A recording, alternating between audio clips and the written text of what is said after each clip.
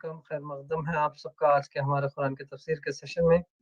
جیسا کہ آپ جانتے ہیں ہم قرآن مجید کی 65ویں سورت یعنی 65 سورہ سورۃ الطلاق اس کا آغاز کر چکے تھے اور اس کے پہلے رکوع کی پہلی آیت ہم نے تلاوت کی تھی۔ تو انشاءاللہ چونکہ اس پہلی آیت کی تفسیر مولانا نے بہت ہی ڈیٹیل طریقے سے کی ہے تو ہم اس کے یعنی کہ کچھ چند پیجز ہم نے پڑھ لیے تھے اس کی تفسیر میں، تو اس کے بعد اس کا کنٹینیوشن تسلسل آج جاری رکھیں گے۔ تو وہ پہلی جو آیت ہے اس کو تلاوت کر لیتے ہیں پھر ایک بار اور اس کی ترجمانی کرتے ہیں، اور جہاں سے ہم نے تفسیر اس کی روکی تھی اس کو کنٹینیو کرتے ہیں۔ تو سب سے پہلے اس آیت کی تلاوت کرتے ہیں۔ آیت نمبر 1 سورۃ الطلاق۔ اعوذ باللہ من الشیطان الرجیم، بسم اللہ الرحمن الرحیم۔ یا ایہا النبی اذا طلقتم النساء فطلقوهن لعدتهن واحصوا العدة واتقوا الله ربكم لا تخرجوهن من بيوتهن ولا يخرجن إلا أن يأتين بفاحشة مبينة وتلك حدود الله ومن يتعد حدود الله فقد ظلم نفسه لا تدري لعل الله يحدث بعد ذلك امرا۔ صدق اللہ العظیم۔ یہ تھی آیت نمبر 1، انشاءاللہ اس کا ٹرانسلیشن پڑھ لیں گے۔ بسم اللہ الرحمن الرحیم۔ اللہ کے نام سے جو رحمان و رحیم ہے۔ اے نبی صلی اللہ علیہ وسلم، جب تم لوگ عورتوں کو طلاق دو تو انہیں ان کی عدت کے لیے طلاق دیا کرو اور عدت کا زمانہ کا ٹھیک ٹھیک شمار کرو، اور اللہ سے ڈرو جو تمہارا رب ہے۔ زمانے عدت میں نہ تم انہیں ان کے گھروں سے نکالو اور نہ وہ خود نکالو، اللہ یہ کہ وہ کسی صریح برائی کی مرتکب، یہ اللہ کی مقرر کردہ حدیں ہیں۔ تو یہ تھا ٹرانسلیشن، لیکن اس کا جو حاشیہ نمبر 1 ہے، جیسے آئے نبی صلی اللہ علیہ وسلم جب تم لوگ عورتوں کو طلاق دو تو انہیں ان کی عدت کے لیے طلاق دیا کرو۔ تو یہ ہم اس کے ان ڈیٹیل پڑھ رہے تھے، جس میں مولانا نے یعنی کہ جو وقت ہے ڈفرینٹ ائمہ اکرام کی، یعنی کہ جو 4 امام ہیں ہمارے، ان کے ہاں کس طرح سے اور کن کن احادیث میں یہ باتیں آئی ہیں، اور اللہ تعالیٰ کا جو قرآن میں اللہ تعالیٰ نے بیان کیا ہے اس کے بارے میں، اس چیز کو کن کن آیتوں میں آئی ہے اس کو ریلیٹ کیا تھا، اور ہم صحابہ کے واقعات کے تھرو جو نبی اکرم صلی اللہ علیہ وسلم کے سامنے آئے تھے، اس وقت نبی اکرم صلی اللہ علیہ وسلم نے کیا حکم دیا تھا یہ ہم پڑھ رہے تھے۔ تو انشاءاللہ اسی کا تسلسل ہے۔ ہم ابو داؤد کی آخری حدیث یعنی کہ اس میں جس میں حضرت ابن عباس عبداللہ بن عباس کے پاس ایک شخص آئے تھے، انہوں نے کہا تھا کہ میرے چچا نے اپنی بیوی کو 3 طلاقیں دے ڈالی ہیں، تو انہوں نے جواب دیا تھا کہ تیرے چچا نے اللہ کی نافرمانی کی اور گناہ کا ارتکاب کیا اور شیطان کی پیروی کی، اللہ نے اس کے لیے اس مشکل سے نکلنے کا کوئی راستہ نہیں رکھا۔ یہ ابو داؤد کی حدیث لاسٹ ہم نے پڑھی تھی، اس کے بعد انشاءاللہ اس کو کنٹینیو کرتے ہیں۔ اور موطا میں ہے کہ ایک شخص نے اپنی بیوی کو خلوت سے پہلے 3 طلاقیں دے دی، پھر اس سے دوبارہ نکاح کرنا چاہا اور فتویٰ پوچھنے لگا۔ حدیث کے راوی محمد بن بکیر کہتے ہیں کہ میں اس کے ساتھ ابن عباس اور ابو ہریرہ رضی اللہ عنہ کے پاس گیا، دونوں کا جواب یہ تھا تیرے لیے جو گنجائش تھی تو نے اسے اپنے ہاتھ سے چھوڑ دیا، یعنی کہ ہم پڑھے تھے کہ ایک ساتھ 3 طلاقیں دینے کا کیا حکم ہے۔ پھر زہم شریف نے کشاف میں بیان کیا ہے کہ حضرت عمر رضی اللہ عنہ کے پاس جو شخص بھی ایسا تھا جس نے اپنی بیوی کو 3 طلاقیں دے دی ہوں، اسے وہ مارتے تھے اور اس کی طلاقوں کو نافذ کر دیتے تھے۔ سعید بن منصور نے یہی بات صحیح سند کے ساتھ حضرت انس کی روایت سے نقل کی ہے۔ اس معاملے میں صحابہ کرام کی عام رائے، جسے ابن ابی شیبہ اور امام محمد نے ابراہیم نقی سے نقل کیا ہے، یہ تھی کہ صحابہ رضی اللہ عنہم اس بات کو پسند کرتے تھے کہ آدمی بیوی کو صرف 1 طلاق دے اور اس کو چھوڑے رکھے یہاں تک کہ اسے 3 حیض آ جائیں۔ یہ ابن ابی شیبہ کے الفاظ ہیں، اور امام محمد کے الفاظ یہ ہیں، ان کو پسند یہ طریقہ تھا کہ طلاق کے معاملے میں 1 سے زیادہ نہ بڑھیں یہاں تک کہ عدت پوری ہو جائے۔ ان احادیث و آثار کی مدد سے قرآن مجید کی مذکورہ بال آیت کا منشا سمجھ کر فقہاء اسلام نے جو مفصل قانون مرتب کیا ہے اسے ہم ذیل میں نقل کرتے ہیں۔ نمبر 1، حنفیہ امام حنیفہ طلاق کی 3 قسمیں قرار دیتے ہیں۔ نمبر 1 احسن، دوسری حسن اور تیسری بدعی۔ احسن طلاق یہ ہے کہ آدمی اپنی بیوی کو ایسے ظہر میں جس کے اندر اس نے مجاملت نہ کی ہو صرف ایک طلاق دے کر عدت گزر جانے دے۔ حسن یہ ہے کہ ہر طہر میں ایک ایک طلاق دے۔ اس صورت میں 3 ظہروں میں 3 طلاقیں دینا بھی سنت کے خلاف نہیں ہے، اگرچہ بہتر یہی ہے کہ ایک ہی طلاق دے کر عدت گزر جانے دی جائے۔ اور طلاق بدعت یہ ہے کہ آدمی بیک وقت 3 طلاق دے دے، یا ایک ہی طہر کے اندر الگ الگ اوقات میں 3 طلاق دے، یا حیض کی حالت میں طلاق دے، یا ایسے طہر میں طلاق دے جس میں وہ مباشرت کر چکا ہو۔ ان میں سے جو فعل بھی وہ کرے گا گنہگار ہوگا۔ یہ تو ہے حکم ایسی مدخولہ عورت کا جسے حیض آتا ہو۔ رہی غیر مدخولہ عورت تو اسے سنت کے مطابق طہر اور حیض دونوں حالتوں میں طلاق دی جا سکتی ہے۔ اور اگر عورت ایسی مدخولہ ہو جسے حیض آنا بند ہو گیا ہو یا ابھی آنا شروع ہی نہ ہوا ہو تو اسے مباشرت کے بعد بھی طلاق دی جا سکتی ہے، کیونکہ اس کے حاملہ ہونے کا امکان نہیں ہے۔ اور عورت حاملہ ہو تو مباشرت کے بعد اسے بھی طلاق دی جا سکتی ہے، کیونکہ اس کا حاملہ ہونا پہلے ہی معلوم ہے۔ لیکن ان تینوں قسم کی عورتوں کو سنت کے مطابق طلاق دینے کا طریقہ یہ ہے کہ ایک مہینہ بعد طلاق دی جائے، اور احسن یہ ہے کہ صرف ایک طلاق دے کر عدت گزر جانے دے۔ امام مالک رحمۃ اللہ کے نزدیک بھی طلاق کی 3 قسمیں ہیں: سنی، بدعی مکروہ اور بدعی حرام۔ سنت کے مطابق طلاق یہ ہے کہ مدخولہ عورت کو جسے حیض آتا ہو طہر کی حالت میں مباشرت کے بغیر صرف ایک طلاق دے کر عدت گزر جانے دی جائے۔ بدعی مکروہ یہ ہے کہ اسے طہر کی حالت میں طلاق دی جائے جس میں آدمی مباشرت کر چکا ہو، یا مباشرت کیے بغیر ایک طہر میں ایک سے زیادہ طلاقیں دی جائیں، یا عدت کے اندر الگ الگ طہروں میں 3 طلاقیں دی جائیں، یا بیک وقت 3 طلاقیں دے ڈالے جائیں۔ اور بدعی حرام یہ ہے کہ حیض کی حالت میں طلاق دی جائے۔ امام احمد بن حنبل کا معتبر مذہب یہ ہے کہ جس پر جمہور حنابلہ کا اتفاق ہے، مدخولہ عورت جس کو حیض آتا ہو اسے سنت کے مطابق طلاق دینے کا طریقہ یہ ہے کہ طہر کی حالت میں مباشرت کیے بغیر اسے طلاق دے، پھر اسے چھوڑ دیا جائے یہاں تک کہ عدت گزر جائے۔ لیکن اگر اسے 3 طہروں میں 3 الگ الگ طلاق دے دی جائیں، یا ایک ہی طہر میں 3 طلاق دے دی جائیں، یا بیک وقت 3 طلاقیں دے ڈالی جائیں، یا حیض کی حالت میں طلاق دی جائے، یا ایسے طہر میں طلاق دی جائے جس میں مباشرت کی گئی ہو اور عورت کا حاملہ ہونا ظاہر نہ ہو، تو یہ سب طلاق بدعت اور حرام ہیں۔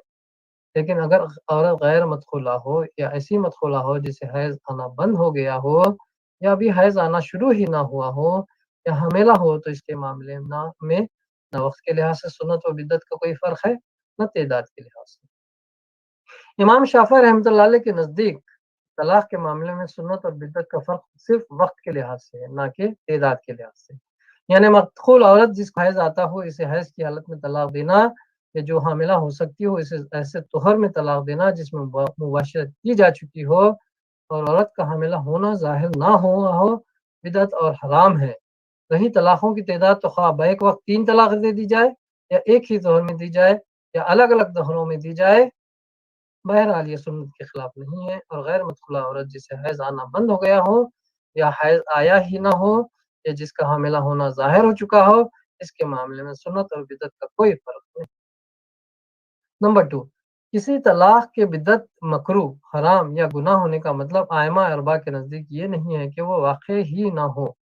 چاروں مذاہب میں طلاق خواہ حیض کی حالت میں دی گئی ہو، یا بیک وقت 3 طلاقیں دے دی گئی ہوں، یا ایسے طہر میں طلاق دے دی گئی ہو جس میں مباشرت کی جا چکی ہو اور عورت کا حاملہ ہونا ظاہر نہ ہوا ہو، یا کسی اور ایسے طریقے سے دی گئی ہو جسے کہ کسی امام نے بدعت قرار دیا ہے، بہرحال واقع ہو جاتی ہے، اگرچہ آدمی گنہگار ہو جاتا ہے۔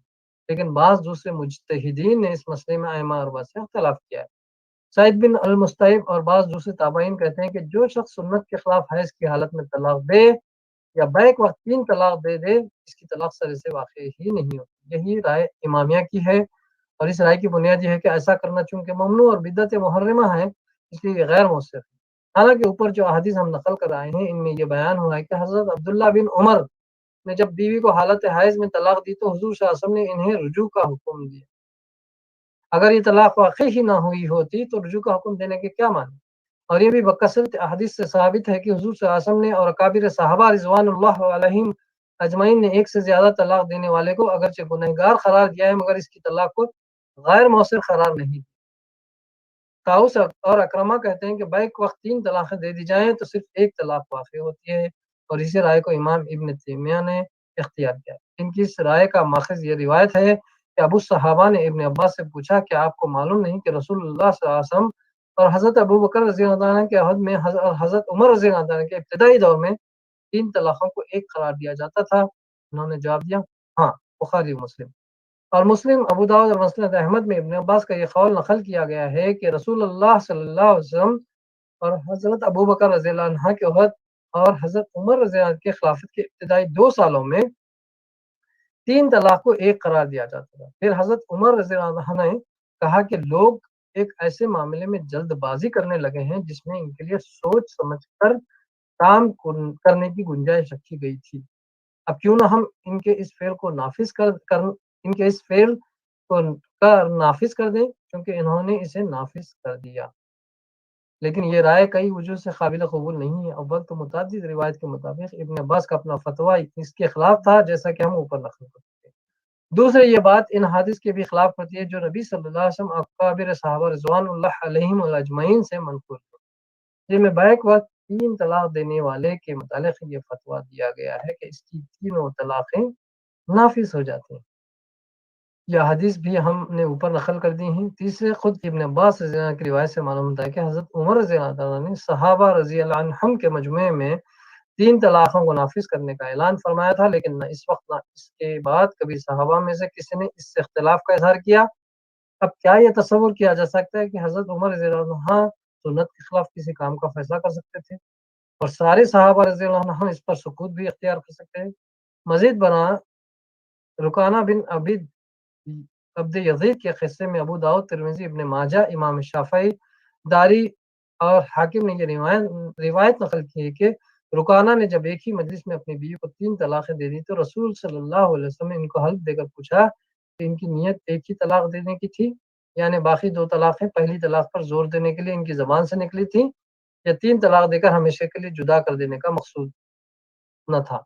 اور جب انہوں نے یہ حلفہ بیان دیا تو آپ نے ان کو رجوع کا حق دے دیا۔ اس سے اس معاملے کی اصل حقیقت معلوم ہو جاتی ہے کہ ابتدائی دور میں کس قسم کی طلاقوں کو ایک کے حکم میں رکھا جاتا تھا۔ اس بنا پر شارحین حدیث نے ابن عباس کی روایت کا یہ مطلب لیا ہے کہ ابتدائی دور میں چونکہ لوگوں کے اندر دینی معاملات میں خیانت قریب مفقود تھی، اس لیے 3 طلاقیں دینے والے کو کہ اس بیان کو تسلیم کر لیا جاتا تھا، کہا کہ اس کی اصل نیت ایک طلاق دینے کی تھی اور باقی 2 طلاقیں محض پہلے طلاق پر زور دینے کے لیے اس کی زبان سے نکلی تھی۔ لیکن حضرت عمر رضی اللہ عنہ نے جب دیکھا کہ لوگ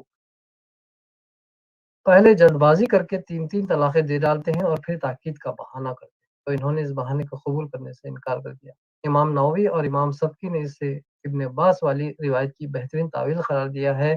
آخری بات یہ ہے کہ اگر خود ابو الصباح کی ان روایت میں اضطراب پایا جاتا ہے جو ابن عباس کے قول کے بارے میں ان سے مروی ہے، مسلم اور ابو داؤد النسائی نے انہیں ابو سوا سے ایک روایت یہ نقل کی ہے کہ ان کے دریافت کرنے پر ابن عباس نے فرمایا ایک شخص جب خلوت سے پہلے اپنی بیوی کو 3 طلاق دیتا تھا، رسول اللہ صلی اللہ علیہ وسلم اور حضرت ابو بکر رضی اللہ عنہ کے عہد اور حضرت عمر رضی اللہ عنہ کے ابتدائی دور میں اس کو ایک طلاق قرار دیا تھا۔ اس طرح ایک ہی راوی نے ابن عباس سے 2 مختلف مضمونوں کی روایتیں نقل کی ہیں اور یہ اختلاف دونوں روایتوں کو کمزور ہے۔ تو یہ تھا یہ تفسیر آج کی، کیونکہ یہ جو حاشیہ نمبر 1 ہے اس کا جو معاملہ یعنی طلاق کا جو معاملہ ہے، 3 طلاق، 1 طلاق اور اس کی عدت کا بڑا ہی پیچیدہ معاملہ ہے، تو مولانا نے اس کو ڈفرینٹ احادیث سے کور کیا ہے اور ڈفرینٹ امام کے کیا قول ہیں، کس طرح سے کون سی راوی کی حدیث کہاں پہ کمزور پڑ رہی ہے اور کون سی کس چیز سے یعنی کہ وہاں پہ کنٹراڈکٹ کرتی ہے، مولانا اس کو بھی ان ڈیٹیل بیان کیا ہے۔ تو اس کو کنٹینیو کرتے ہیں آنے والے سیشن میں۔ جزاک اللہ خیر۔ جزاک اللہ خیر نظام بھائی، بارک اللہ فیک۔ کیسے ہیں؟ خیریت سے؟ الحمدللہ الحمدللہ، ہفتہ اچھا گزر گیا یہ والا؟ الحمدللہ۔ بس الحمدللہ، ایسا نہ ہو کہ ویکینڈ پہ بارش ہو۔ ये तो वीकेंड हो, लॉन्ग वीकेंड हो, बारिश इंतजार में होती है कि जरा छुट्टी मिले तो फिर बरसे। यही हाल है। चलिए इंशाल्लाह फिर कल मुलाकात करते हैं इंशाल्लाह। जज़ाकल्लाह खैर। अस्सलाम वालेकुम। अस्सलाम वालेकुम। वालेकुम अस्सलाम। Jazakallah khair. That was Brother Nizamuddin Ghori. He was obviously sharing an insight from the Female Quran, and he shared an overview of such detailed instructions about the private life in the essence of how people should be living as families and everything else in that regard. As we do normally, what we do is obviously cover a bit of an overview on a weekly basis, and we share the highlights that are shaping up across the world and things that are firming up, things that are happening, things that have happened, and some obviously good stuff from around the world in that instant as well. So today we are going to share very briefly some of the stories from, as I mentioned, around the world. I think one of the major things that is really captivating the whole nation of United States is obviously this collapse of the 12-story building in Miami that recently took place. It was literally a few hours ago. And we've seen the collapse of this 12-story building that happened in the Miami-Dade area. And firefighters and the other rescue services are looking to see if there are any survivors. It literally collapsed on its own. I think there wasn't any untoward element in that area. But it is quite a shocking collapse, as you generally do not associate elements such as this or kind of major collapses happening in any kind of locations across where things are, but you can see the pictures in that instance that it was quite a sudden collapse. Miami, obviously one of the in a way the beach cities, or the state in the city in Florida, obviously is quite known for surfing and known for the water sports in the area as well. So it's quite a sad story shaping up in there. One of the residents of this building is reported to be the sister of the First Lady in Paraguay as well. So they were quite, in a way, the 55 apartments that have collapsed from this building. Quite a popular area, quite a residential area, quite a very heavy density of people living in there. So it's obviously something that's not ideal. It's in the Surfside area of Miami in the wider state of Florida. And we definitely hope so that if people are able to kind of make it out, survivors are found, and they don't see any life-threatening injuries or life-changing injuries in that regard. So we all hope and pray that things recover, and anyone who's suffering from any kind of elements out of this collapse also recover well in time, and hopefully things tend to move on and improve from this incident that we've seen. Over in Australia, I think quite an interesting phenomena is developing. As many of you might be well aware that in Australia we have at the moment the winters. It's the southern hemisphere. It's the opposite weather of the winters taking place in southern hemisphere. And one of the recent things that has been noticed in Australia, especially in the towns around Victoria, is this kind of massive spider wave in a wave formation that has been taking place. It has been reported that because of the winter and the ground becoming a bit more colder and some oncoming waves of floods and water, spiders have been trying to really escape in a very quick fashion across the grounds. And the way they work it through is to create a number of these webs, essentially, that can extend even up to 1 kilometer long. As I was reading another story somewhere, that some of these webs are actually kilometer long in essence. Quite a, in a way, interesting and very different experience in that instance. That this is what you normally not associate with spider webs.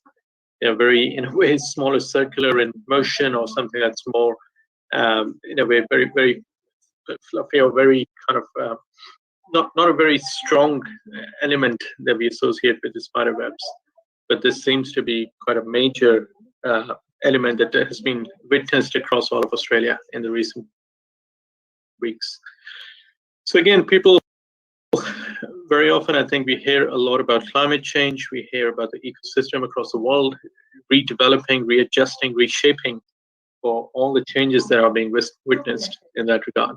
So this obviously is quite interesting that the spider webs are becoming more like a wave across for a kilometer, a mile long, in essence, rather than very small dark places that we normally see spider webs in.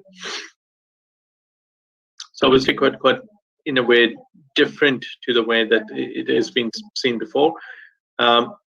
Remaining on climate, I think there was this deadly tornado quite recently in Czech Republic, and it really ripped through cities and towns and houses and everything else in that regard, and it has caused a lot of destruction in Czech Republic. And these tornadoes are not very heavily expected in the Eastern European areas, as you would imagine. The weather has been fairly stable in that regard, but this one that has really swept across the village of Mikluši and just outside the Hodonin areas, as they are known in Czech Republic, and it has caused a lot of destruction. And this is quite something, I think, if you imagine that this kind of destruction is not only witnessed based on any kind of Eastern European areas based on climate things, but you can see that this is quite a major tornado that hit the area and really caused a lot of damage, as you would imagine. So weather incidents, climate changing the way people have been interacting with the climate before and how things are shaping up now. It's becoming more and more interesting to see how these whole global phenomena are going to impact the whole climate ecosystem, the habitat that we have in the longer run. There's obviously a lot of discussion about the melting of the ice sheets out in the Arctic regions on the North Pole and the South Pole. There's a lot about global warming and the summers becoming hotter, winters becoming colder. Many of the areas that are dependent on rain to have access to fresh water, they're becoming a lot more scarce in terms of access to the freshwater sources. And then obviously the impact that we see that is linked in this cycle across into irrigation, agriculture, production of any other materials, organic or inorganic, and obviously the whole discussion about climate really becoming a center stage discussion for so many people across the world. So that's quite a major shift that can be witnessed in so many different countries all across the world if you are following it closely in that regard. Closer to UK, I think one of the things that have been obviously being witnessed in the recent weeks, and people need to be thinking about it and be careful in that regard, is that because more and more people have started to move out of their houses, household mixing has gone back on, restaurants, different public places and all that, they are becoming a lot more busier. There are signs of the old strains of the usual diseases associated as they are transmitted between people, as the common colds and mild winter viruses. This seems to be returning, and specifically I think doctors have been reporting that the accident and emergency departments in many of the hospital trusts and hospitals across the UK are becoming a bit more filled up and reaching to the point of becoming overwhelmed by all the kids that are turning up with mild winter viruses and all that in that instance. So they are obviously, I think they are advising that many of these smaller, let's call it, viruses can be better treated at home with things like any kind of over-the-counter prescription or over-the-counter medicine that can be shared and is normally available across the UK. But obviously, if kids are suffering in a severe manner, then they should be taken back to the hospital to get a proper checkup. But this virus is re-emerging, just a common cold virus, not obviously any other strain of COVID as it is known at this point in time. So I think that's quite important that you take care in that instance, specifically for the kids under the current circumstances, with schools reopening, restaurants getting back into the busier state, the buses getting back into the busier state. So there's obviously a lot of concern for people around this kind of common colds and diseases coming back, and hopefully in that regard that people should be taking extra care and precaution to the maximum impact as much as possible. Remaining within UK, one interesting element that recently the Prime Minister announced was the banning of junk food TV adverts before 9 p.m. And many of you might be well aware of it, that 9 p.m. is known as the watershed timing in UK, especially on the television. Nothing that is for, in a way, mature audiences never served before 9 p.m. on TV audiences in UK. And now the junk food adverts have also been included into that drive. So that meaning that the anti-obesity drive that the Prime Minister has been calling for quite a while, it's going to impact things like chocolates, burgers, soft drinks, cakes, sweets, ice creams, biscuits, sweetened juices, crisps, chips, and pizzas.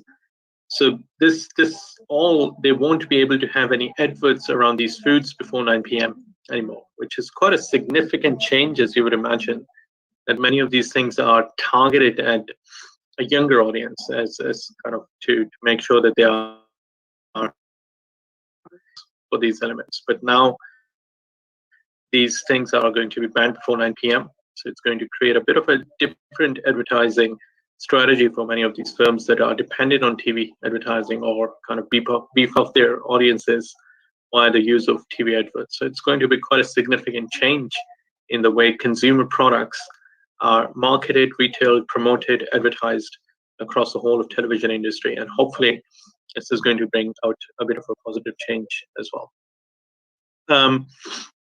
Moving on, I think in obviously in terms of the global coronavirus situation, UK has now announced further changes to the green list, and this is the list of the companies where people can quite easily travel and they don't have to quarantine once they come back in. So now this list has been updated, and the new destinations that have been added on are quite varied in that instance. I think in Europe, the Balearic Islands, the kind of all the islands around the coast of Spain and further down, Malta, Madeira in Portugal, that's been added to the green list. In the Caribbean, so many different islands, including Antigua and Barbados, British Virgin Islands, Cayman Islands, Dominica, Grenada. So all these have been added back into the green list. And then obviously the British overseas territories like Bermuda and Indian Ocean Territory have been re-added back into the green list. So this is going to be quite a big change. And then from 30th of June, there are going to be further additions like the Dominican Republic, Eritrea, Haiti, Mongolia, Tunisia, and Uganda as well. So it seems like that the government is quite keen on re-establishing the travel, in a way, elements that we've seen across the previous summers in UK, because many people take time away during the winter, during the summer break in the schools, in the travel across the whole world. So re-establishment of new countries into the green list is going to create a bit of an impact in that regard, and hopefully going to give a bit of a boost to the travel industry as well, that they have been suffering significantly since the start of COVID. And this obviously is going to create hopefully a slightly better impact for them and re-establish their sales numbers and all that in that instance as well. Another thing, I think this thing happened last week, was quite a close call between the UK and the Russian Navy. And the British Navy, it's quoted as one of their fast ships, actually went into the waters that have been annexed by Russia as part of Russia in Crimea. And many of you might recall that Crimea was one island that was pretty much invaded by Russia and completely annexed in the recent years. Many of the international countries do not believe in Russia's position as the in a way, thinking about it, that this is not part of Russia. The island of Crimea, many people feel that this should be part of Ukraine, as it was some time ago. But obviously now it's been annexed by Russia as part of Russia, based on the historical claims that Russia makes, that Crimea has been always part of Russia for a very long time.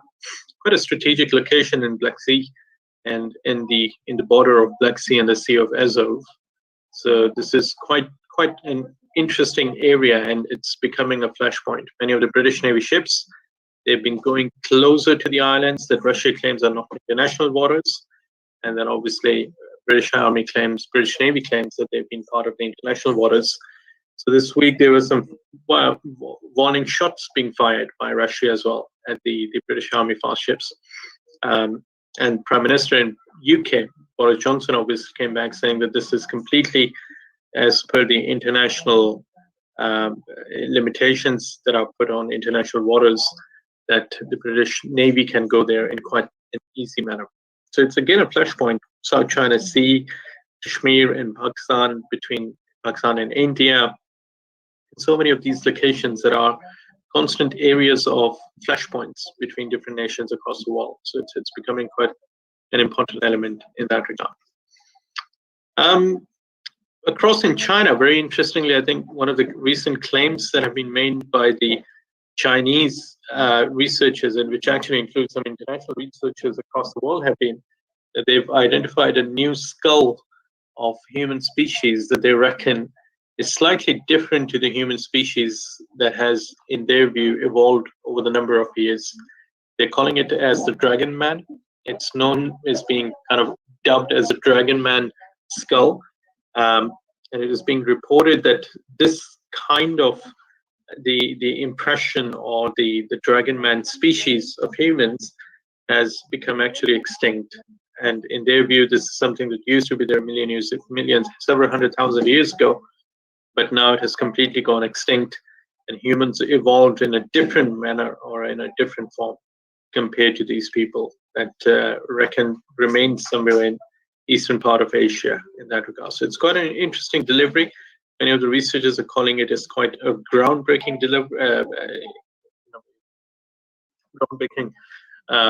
exploration that has been made, and they think that this is going to really reignite a lot of debate about evolution, a lot of debate about understanding the origins of humans and how the species have developed over time, and the discovery that has been made in China is going to reshape the way people think about the future of human species to a certain extent as well.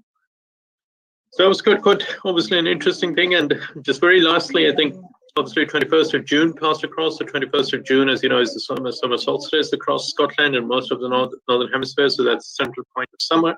So some brilliant pictures have come out across from Scotland and across the world of how 21st of June, which is also known as the longest day in the year, was marked by the sun in some areas. So you can see quite some fabulous photography that has come out from Scotland specifically, contributed by readers of BBC and beyond, and how they've really looked into the beauty of sunlight on the longest day in the year of 21st of June.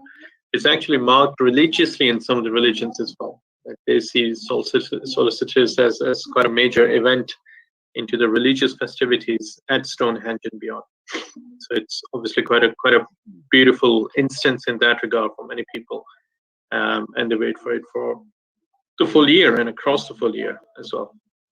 So quite a remarkable. You can think about it as a scenic movement when the sun is closest to Earth in the northern hemisphere, and we see all this impacting in so many different ways as light, so many different ways as photography, and the other elements coming into it as well. So that was a quick update from so many different things across the world, and we'll inshallah continue with our Tafseer and the weekly roundup sessions. Please do remember in your prayers and in your discussions, one of our friends who used to appear with us, Alan Saunders, he's not feeling well.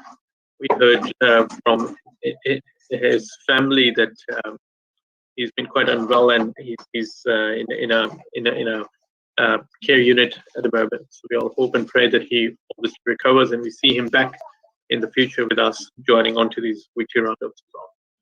So till next week, Jazakallah khair for watching, and we'll inshallah have similar discussions and similar updates for the next coming weeks as well.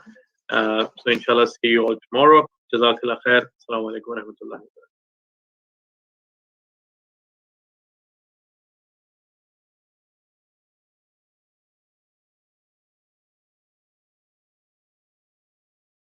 Tamannaah